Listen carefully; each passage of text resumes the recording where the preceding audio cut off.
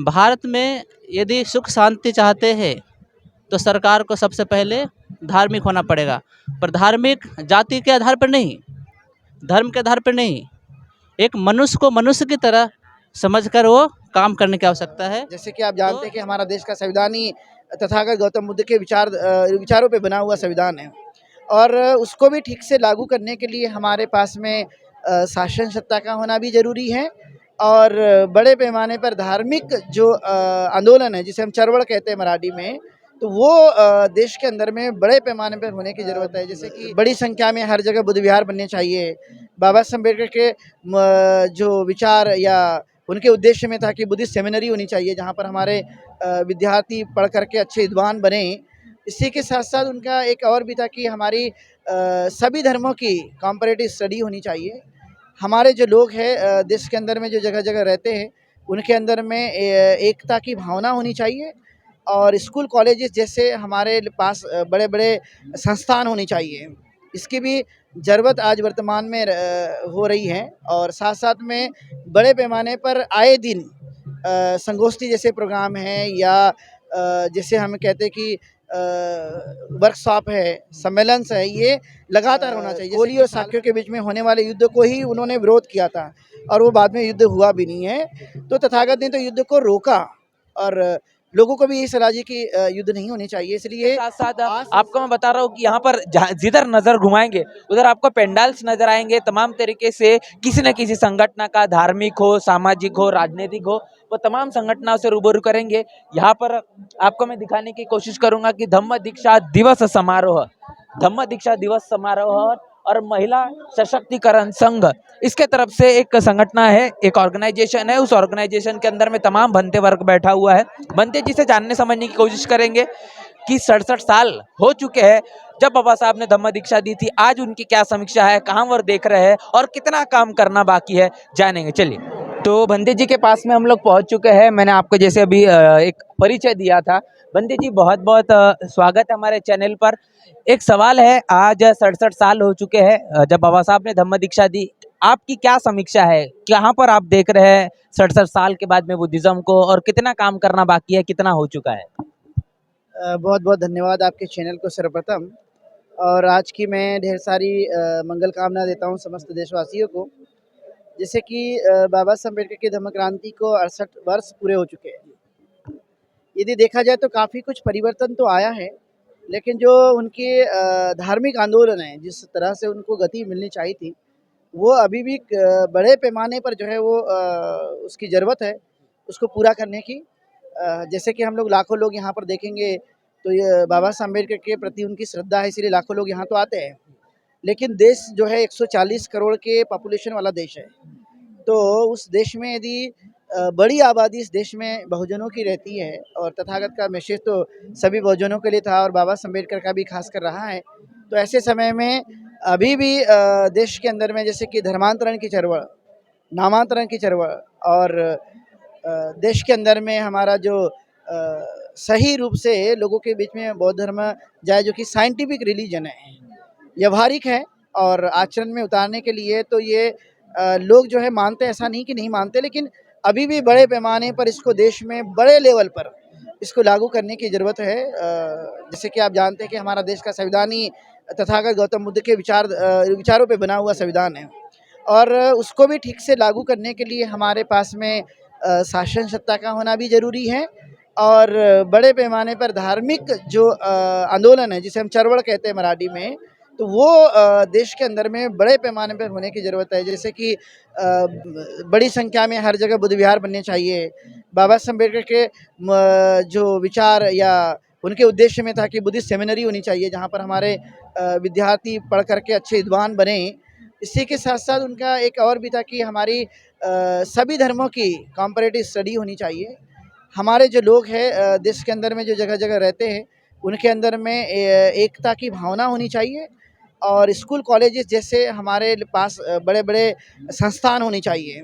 इसकी भी ज़रूरत आज वर्तमान में हो रही है। और साथ साथ में बड़े पैमाने पर आए दिन संगोष्ठी जैसे प्रोग्राम हैं, या जैसे हम कहते हैं कि वर्कशॉप है, सम्मेलन है, ये लगातार होना चाहिए। जैसे कि साल भर में हम लोग एक बार दीक्षा भूमि में इकट्ठा होते हैं, अपनी श्रद्धा या ताकत दिखाते हैं, लेकिन ये 365 दिन में एक दिन पर्याप्त नहीं है।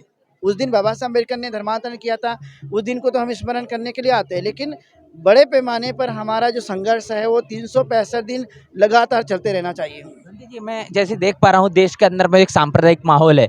फिलिस्तीन, इजराइल जैसे तमाम तरीके की युद्ध चल रहे हैं, यूक्रेन का भी युद्ध, ये तमाम जो चीज़ें हमको समझ में आ रही है, कितनी ज़्यादा आवश्यकता है देश और दुनिया को बुद्धिज़्म की, और आज वर्तमान स्थिति के अंदर में किस तरीके से आप देख पा रहे हैं तमाम तस्वीरों को? जैसे कि आप देख ही रहे कि अभी वर्तमान में इजराइल में तो अभी शुरू है, लेकिन रूस और अन्य राष्ट्रों में भी जब तनाव देखने के लिए मिलता है तो ये ऐसी समस्या क्यों है? तो आपने देखा कि हर एक आदमी एक दूसरे को जीतना चाहता है, हर एक देश दूसरे देश को जीतना चाहता है, और उसी की वजह से आपस में तान तनाव है। जब हम बुद्ध की बात करते हैं तो आपने देखा हो कि रोहिणी नदी को लेकर जब तथागत गौतम बुद्ध ने कोली और शाक्यों के बीच में होने वाले युद्ध को ही उन्होंने विरोध किया था, और वो बाद में युद्ध हुआ भी नहीं है। तो तथागत ने तो युद्ध को रोका, और लोगों को भी ये सलाह दी कि युद्ध नहीं होनी चाहिए। इसलिए आज संसार को युद्ध की नहीं बल्कि बुद्ध की बड़े पैमाने पर ज़रूरत है, ऐसा हम महसूस करते हैं।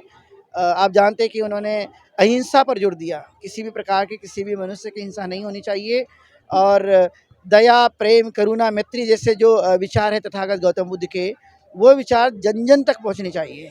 जब ये विचार जन जन तक पहुंचेंगे तो जैसे इजराइल में अभी युद्ध, जैसे तीसरे युद्ध के लिए हर एक आदमी अपनी तोप लेकर खड़ा है, यानी पूरी दुनिया बारूद के जिसे बोलते कि बारूद के ऊपर में खड़ी है, तो वही समस्या है। लेकिन तथागत गौतम बुद्ध के विचारों से संसार में बढ़ती हुई समस्या को, भयानक युद्ध की समस्या को रोका जा सकता है।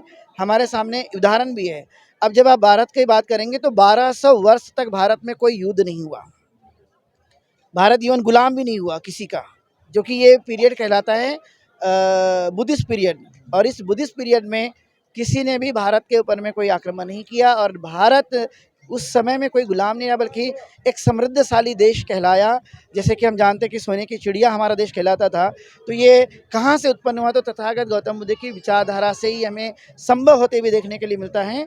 तो आज दुनिया में बढ़ते हुए, चाहे वो घरेलू झगड़े हो या सामाजिक हो या देश और दुनिया में फैल रहे भयानक युद्ध जैसी समस्या को दूर करने का और कोई उपाय नहीं है सिवाय तथागत गौतम बुद्ध के रास्ते पर चलकर ही हम इसको समाप्त कर सकते हैं, और समाज में शांति का माहौल बना सकते हैं, भाईचारे का माहौल तैयार कर सकते हैं, और आपस में मैत्री करुणा का जो बड़ा उपदेश तथागत गौतम बुद्ध ने हमें दिया था, उसके आधार पर हम समाज में एकता कायम कर सकते हैं।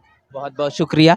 तमाम हमने जो जो चर्चाएं की है, जो बातचीत की है, इससे आप कल्पना करिए कि कितना ज़्यादा परिवर्तन पिछले 67 साल में उसके पहले हुआ, और आज वर्तमान स्थिति में हम कहाँ पर है। बंटी जी से तमाम हमने सवाल किए हैं, और भी बंटी जी आपसे एक अहम सवाल है बंटी जी की, देश के अंदर में हम जब देखते हैं, इतिहास के अंदर में जब देखते हैं, तो जब भी जिन्होंने देश के अंदर में राज किया, उनका धर्म फला और फूला। अंग्रेज आए, उन्होंने क्रिश्चियन धर्म को फैलाया। अगर सम्राट अशोक की बात करेंगे, जब राजाश्रय मिला बुद्धिज़्म को, तब बुद्धिज़्म पूरे देश और दुनिया के अंदर में फैला। आज वर्तमान स्थिति के अंदर में हम देखते हैं जो राजा बने हुए हैं, उनके माध्यम से जो पूरा माहौल देश के अंदर में चल रहा है। क्या लगता है आने वाले समय में बहुजन समाज कुछ उम्मीद रखे कि जो बुद्धिस्ट या सोने की चिड़िया जिस तरह की चीज़ें, वो परिवर्तन हो पाएगा देश के अंदर में इसके बाद? बहुत बहुत धन्यवाद। दरअसल इस देश के जो, क्योंकि भगवान बुद्ध ने कहा है, देव वसतु कालेन सस संपत्ति हेतु च फेतु भवतु लोको च राजा भवतु धम्मिको। यदि इस देश के जो राजा है यदि धार्मिक होंगे, तभी इस देश की प्रजा भी धार्मिक होगी, और उसके लिए राजा को धार्मिक होना बहुत ज़रूरी है। और राजा धार्मिक होने के लिए शील सदाचार का पालन करना बहुत ज़रूरी है।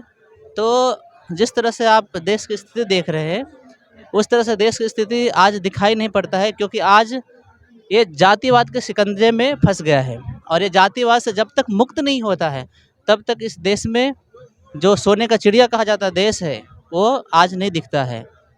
तो इस प्रकार से यदि भारत में यदि सुख शांति चाहते हैं, तो सरकार को सबसे पहले धार्मिक होना पड़ेगा, पर धार्मिक जाति के आधार पर नहीं, धर्म के आधार पर नहीं, एक मनुष्य को मनुष्य की तरह समझकर वो काम करने की आवश्यकता है। तो इस तरह से ये देश में युद्ध नहीं बुद्धि की ज़रूरत है। और आज के समय में लोग जो है वो जाति के आधार पर लोग एक दूसरे से तनाव पैदा कर रहे हैं, जाति के आधार पर एक दूसरे को दो मनस्य निर्माण कर रहे हैं। तो इसलिए इस देश के जो विषमता जो फैल रही है, इसलिए ये देश में बुद्धि की ज़रूरत है। और बुद्धि के लिए सभी लोगों को शील सदाचार का पालन करना जरूरी पड़ेगा। और उसके साथ साथ इस देश में जाति के जो शिकंजे है, जाति का जो जंजीर है, उसको सबसे पहले नष्ट करने की आवश्यकता है। तभी इस देश में जब देखा जाता है तो सबसे पहले घर को सुधारने की आवश्यकता है, घर से फिर जिला सुधरता है, जिला से फिर राज्य सुधरता है। तो इसलिए खुद से शुरुआत करने की आवश्यकता है, तभी जाकर पूरे जो दुनिया है वो शांति में हो सकता है।